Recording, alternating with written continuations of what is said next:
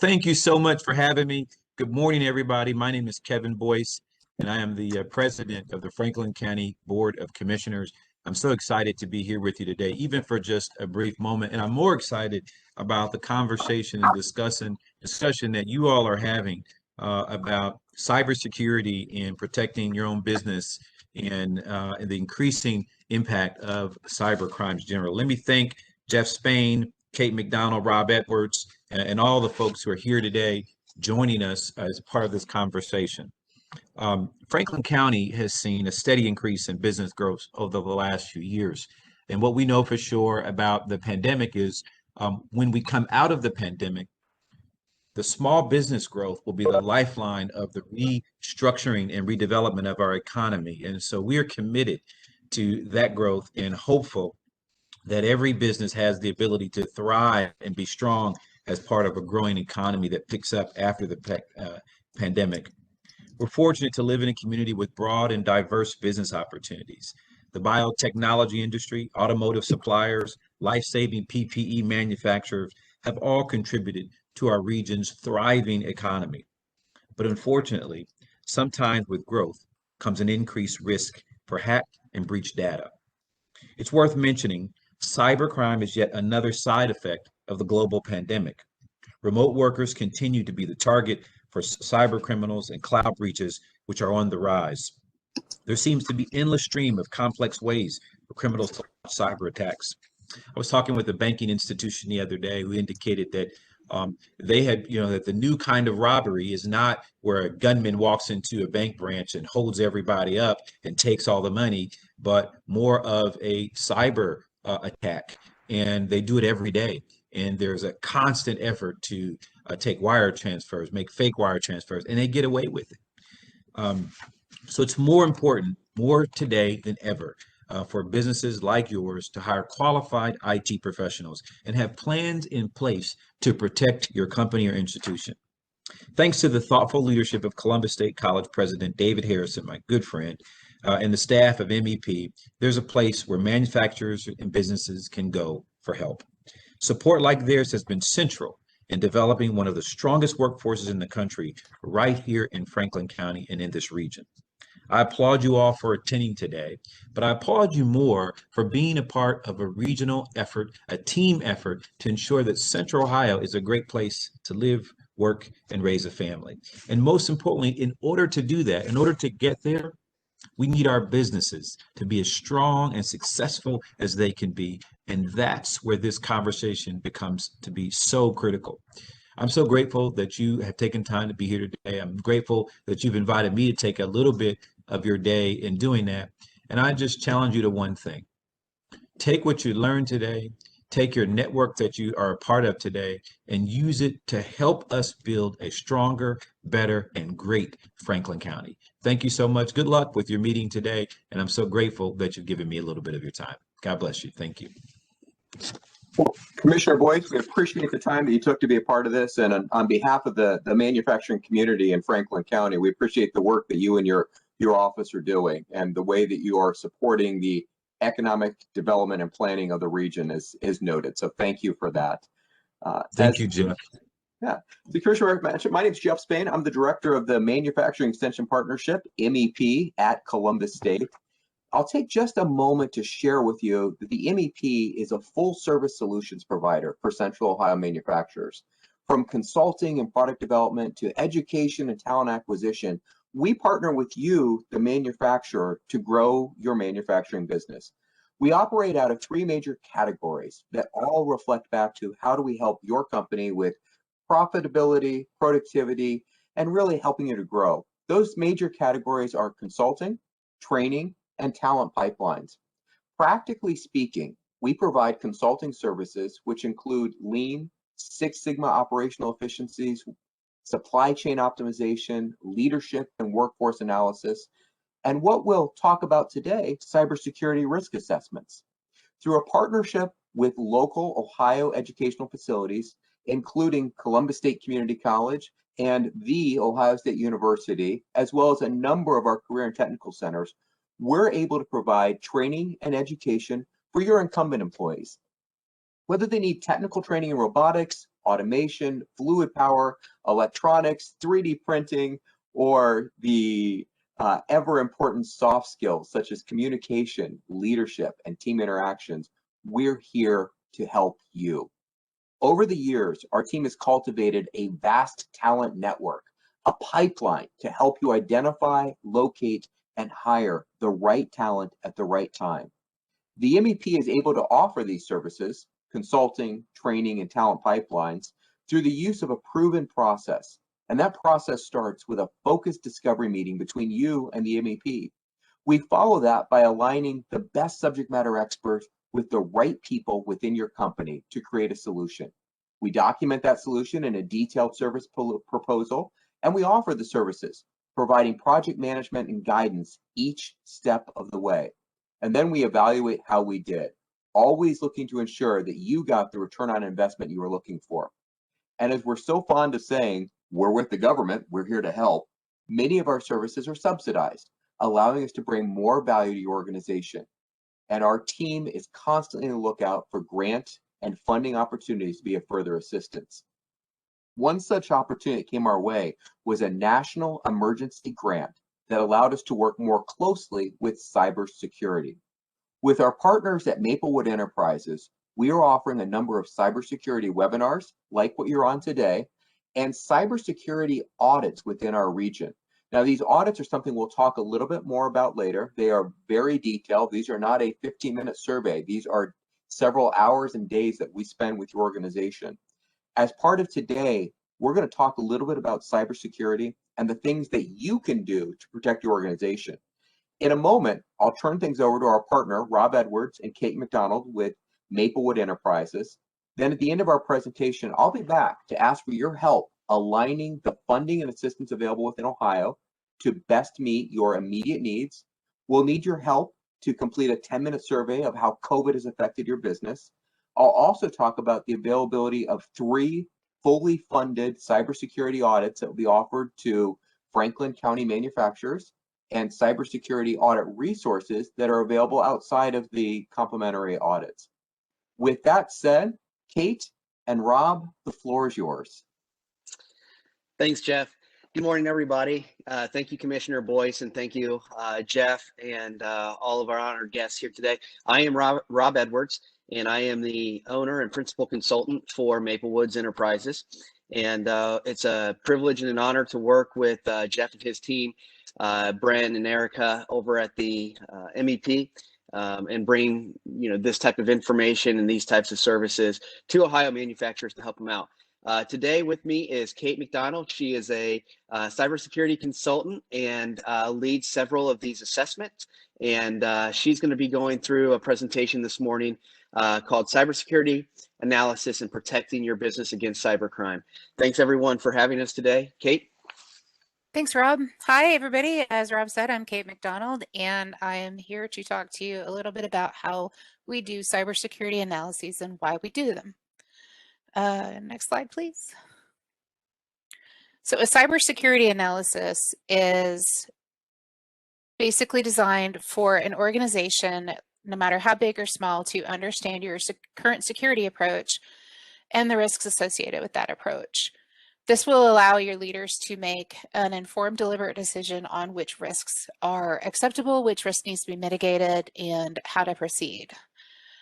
There are 3 main tenets to cybersecurity. Confidentiality is making sure that only the people that should see your data can see your data. Integrity is that your data is as you expect it and it hasn't been altered either maliciously or accidentally. And availability is just that. Your data is available for you to use when you need it and not locked up somehow.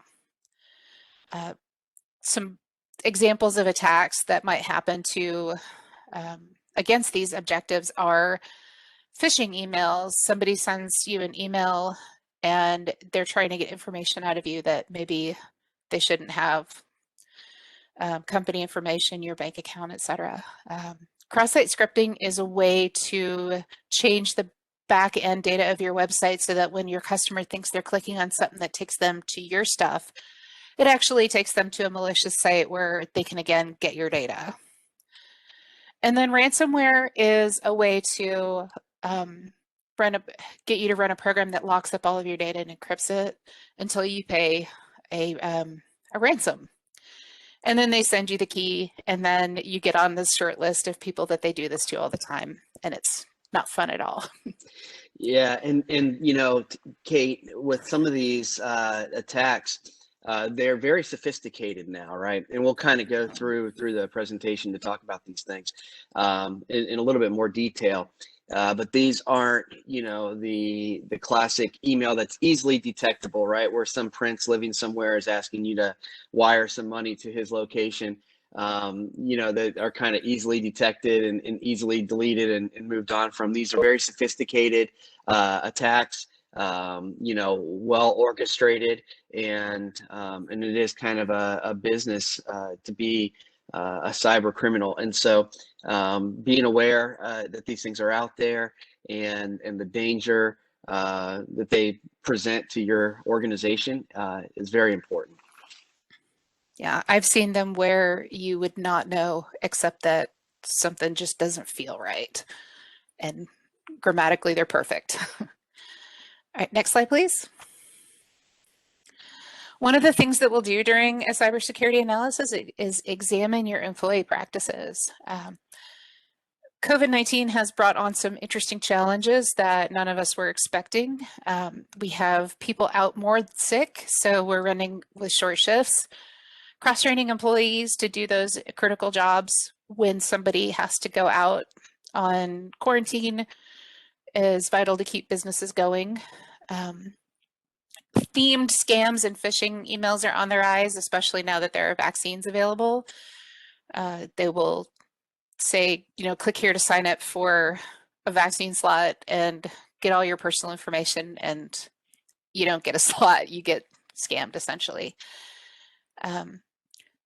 We have a lot of more people working remote, so using VPN for remote access, using multi-factor authentication, especially with connecting to those VPNs, getting your cloud email, etc. One of the things I wanted to mention that came up recently is with the multi-factor authentication on your email.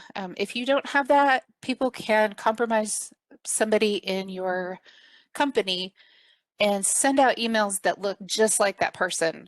And I've seen very large sums of money transferred to the wrong place because the scammers will find somebody that can imitate that person's voice, not their voice, but like the way they write, and say, oh, I made a mistake. That routing number should actually be this. It needs to go to this account. And then people will transfer money to the wrong place. So having multi-factor authentication prevents that very easily. Also, home office hygiene. We have pets, we have kids, people coming in and out of our houses sometimes, other family members. Locking your screen when you walk away, not having your monitor pointed toward a window goes a long way toward those accidental things that can happen.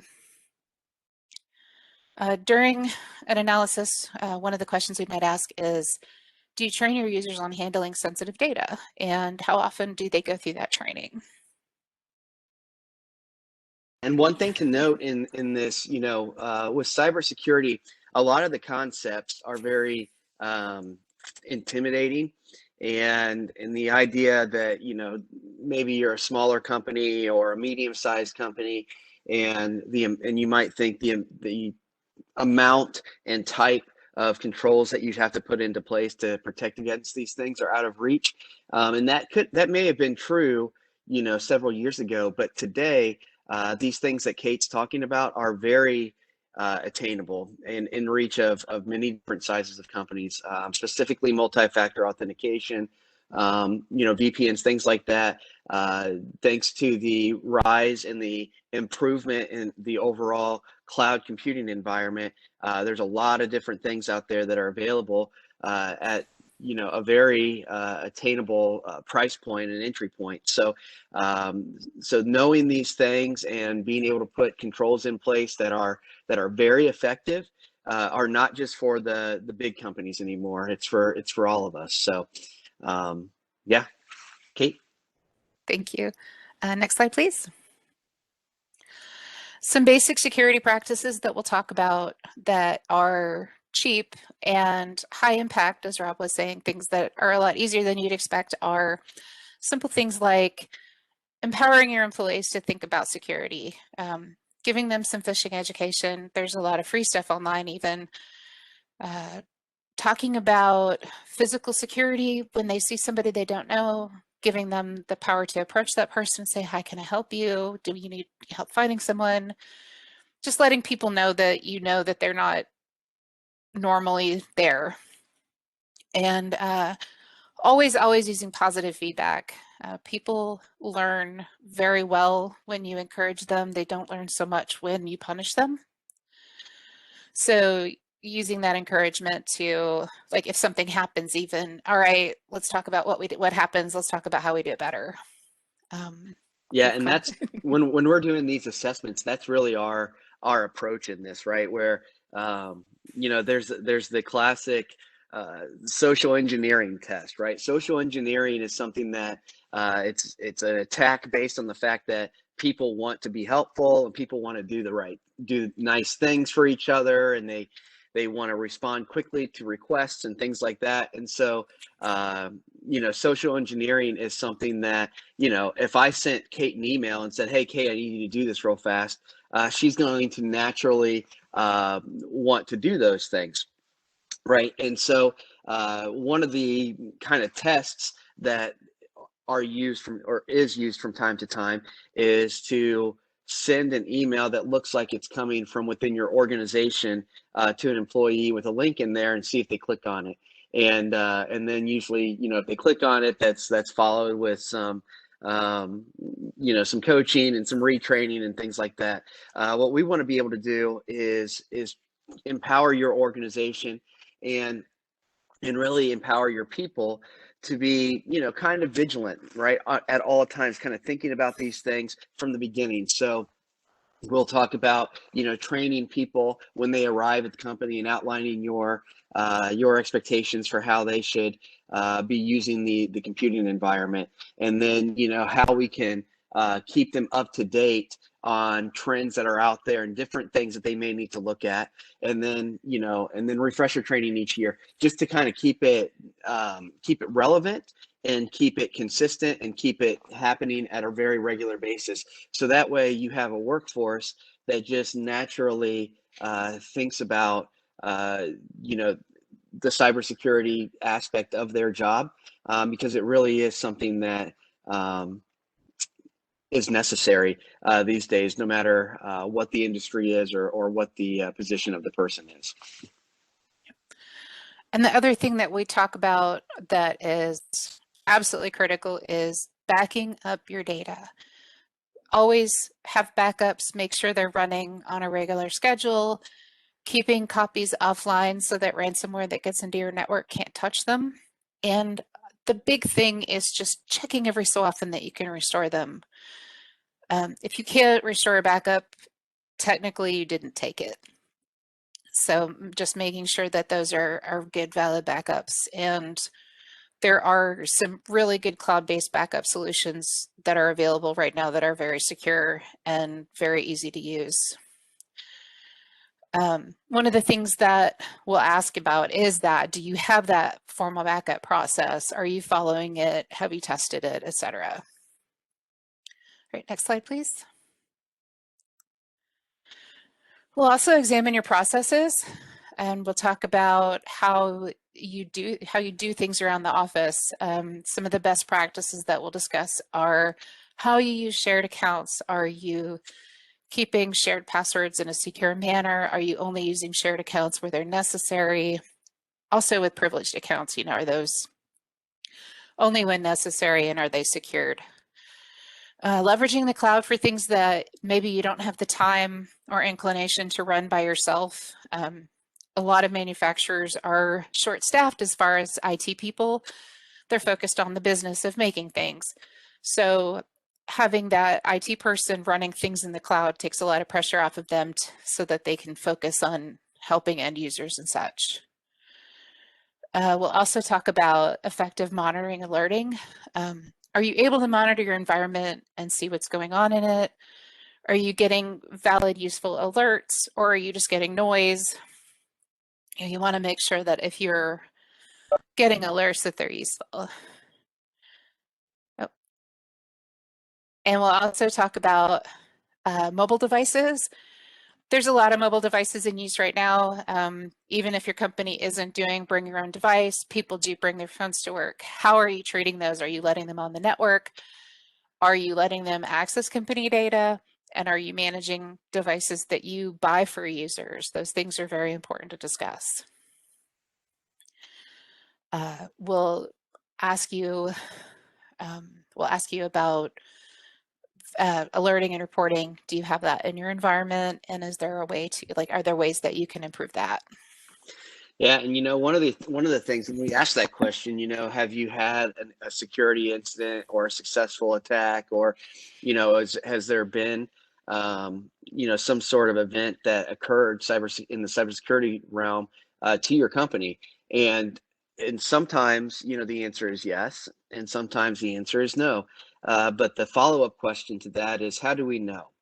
And when would you have liked to have known, right, that this was going on? And so having effective monitoring and alerting in place, and making sure that we're looking for the right things and being able to correlate, this particular type of alert or this particular type of event means that this type of thing is happening, this type of event is happening, so that when something comes across your desk as an IT administrator, or if you're a business leader, something that comes across your IT team's desk, they can immediately get to work on responding to it. And a lot of times, speed and the type of response you put forth can make the difference between major data loss, catastrophic data loss, medium data loss, or next to no data loss. And I just kind of want to tag on to something that Kate said as far as backups are concerned as well. So on these, when we talk about these different types of attacks, we refer to phishing a lot, and we refer to ransomware a lot, because these are the types of attacks that we see that happen most often. So here's an interesting thing about those attacks. So a phishing email is an email, that comes in trying to get information or trying to get you to do something. They look like they are from a reputable source, so you click on it and it turns out that it's not. So the way that ransomware kind of works at a high level is you click on that link, and it downloads a file that kind of triggers this encryption process, and the malware goes through your system and starts encrypting all of your files on that system, as well as the files that are on any mapped drives or shared drives or anything like that you have out there. A lot of companies like to have a personal drive and a home drive, maybe some might call it, or a shared drive for the department. If that's mapped to somebody's computer and they get this, it'll start encrypting everything on that share as well. And so Kate and I have been personally very successful with responding to these types of things, because we set up the backups in such a way that we're taking snapshots, at a very short interval, right? An hour, 2 hours, 4 hours, whatever it may be. And so when something like that happens, we can go basically isolate the machine, eradicate the malware, and then restore back to a point that's been, that's been backed up within an hour, 2 hours, or 4 hours. And so the amount of work that gets lost, or the amount of information that gets lost, in that period of time is much less than if this thing was able to kind of go on and on and on and on and on. The last backup that we have to restore from is a month ago or 2 months ago, or even worse, the backup that we think we have, we've never tested it. And so when we go to restore from it, we can't. So all of these things kind of work together. And so the blending of your operational, tactical approach to managing your IT, and then the top of mind awareness and the back of the mind awareness of cybersecurity being integrated into all of those practices is really where we see the most effective outcomes. So just wanted to share that. Thanks, Rob. And another thing about the alerting that I thought of to share with you is that your people are great alerts too. If you've empowered them to think about security and you've made it so that they're not afraid to report things, they're going to come to you if something happens. Oh no, I clicked on this email and I think it might have been a bad idea.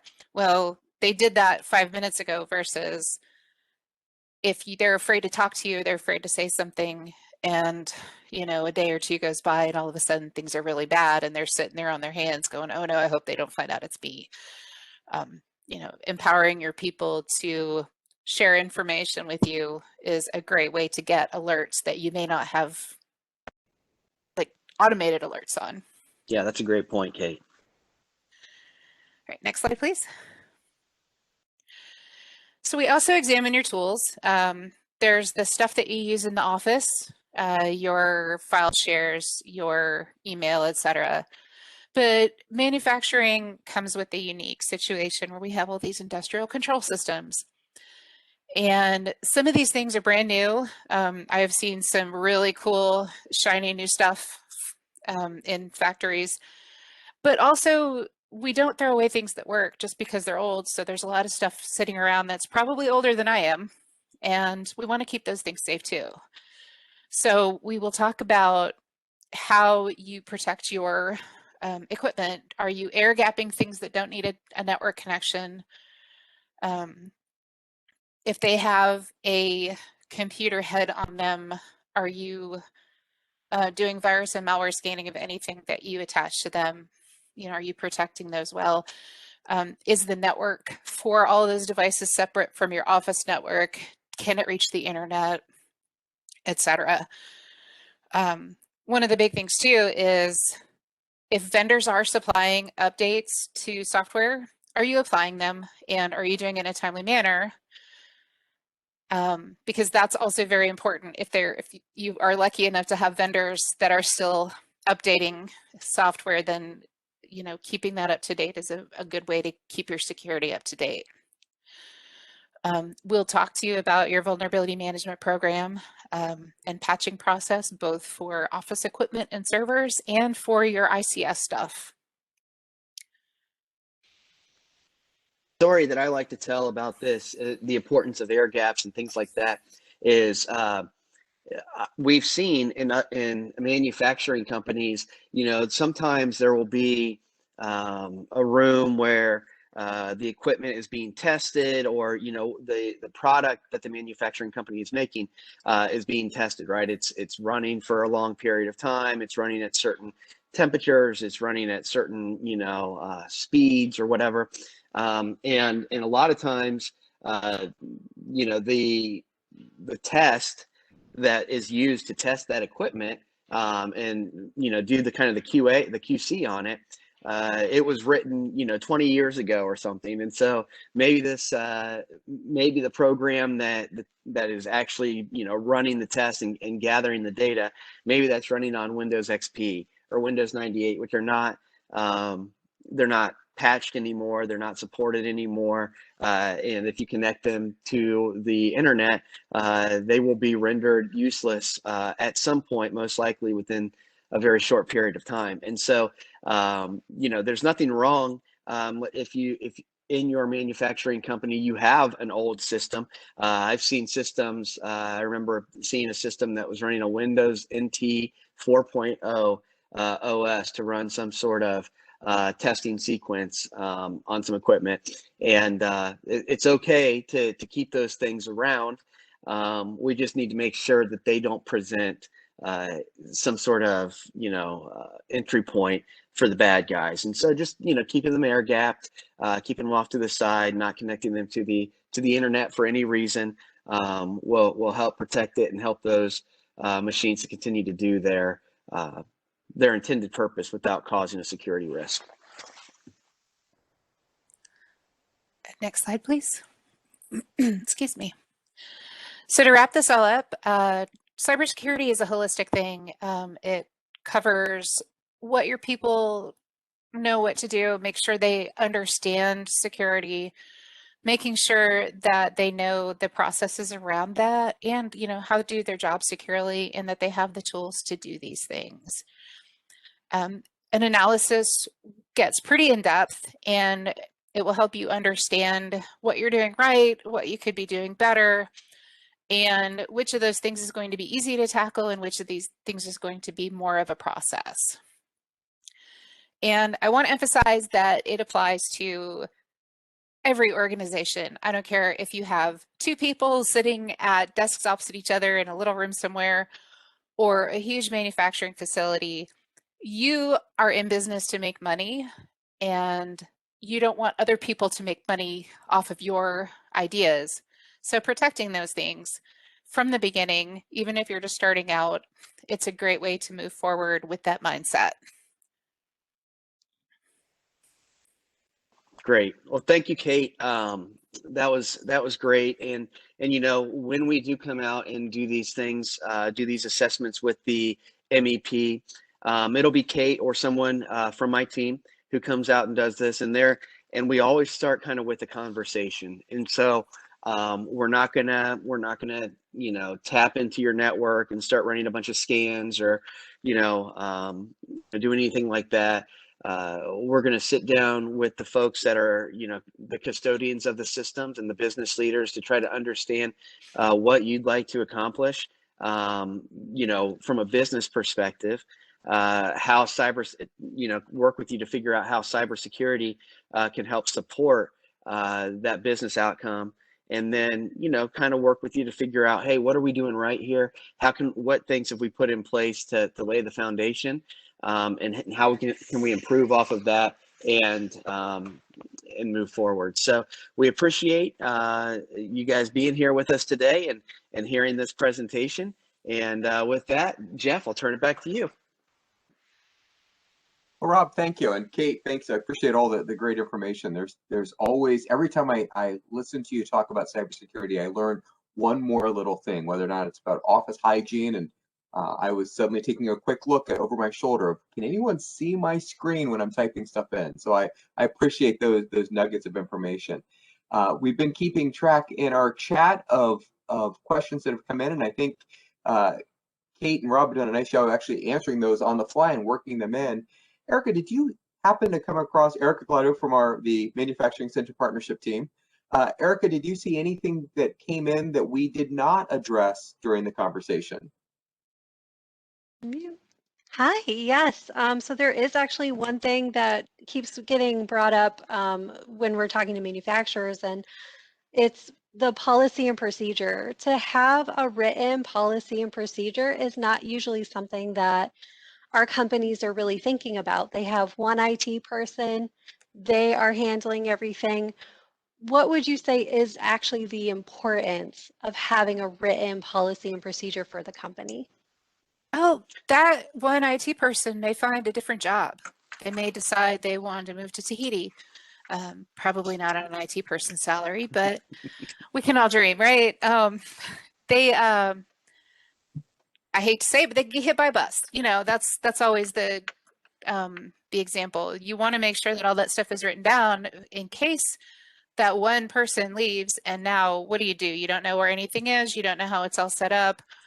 Or you have a big stack of documentation and you can say, oh, okay, well, I can hand this to a new person and they can figure it out and they're not starting from scratch. And that's very helpful. Fantastic. Thank you for that. So I think that addresses most of it. I will share that we've recorded today's session and it'll be placed into Franklin County Economic Development and Planning. So they've got a fantastic team here to help Franklin County businesses to move forwards. Michael Salvador and his group are exceptional. We've got Michael's contact information on the screen now. Please, don't hesitate to reach out with questions with that team. We also have from the Manufacturing Extension Partnership, Brent Maurer's contact information, and that's going to become important to you in just a moment. One, if you would like to access any of the services of the MEP, Brent is that point of contact to reach into and say, hi, we need help with, and he can talk you through that. But Brent's also the person that would be great to reach out to if you'd like to take advantage of one of our cybersecurity audits. So there are some qualification steps we have in place for that. One, you have to be a qualifying manufacturer. You might be asking yourself, what makes me a qualifying manufacturer? And it is that you have the NACE code represented with manufacturing. And we can walk you through what those look like and make sure that you've got that in place. But that phone call or that email to Brent would be a great first step. With that, we also will be asking folks that came on board.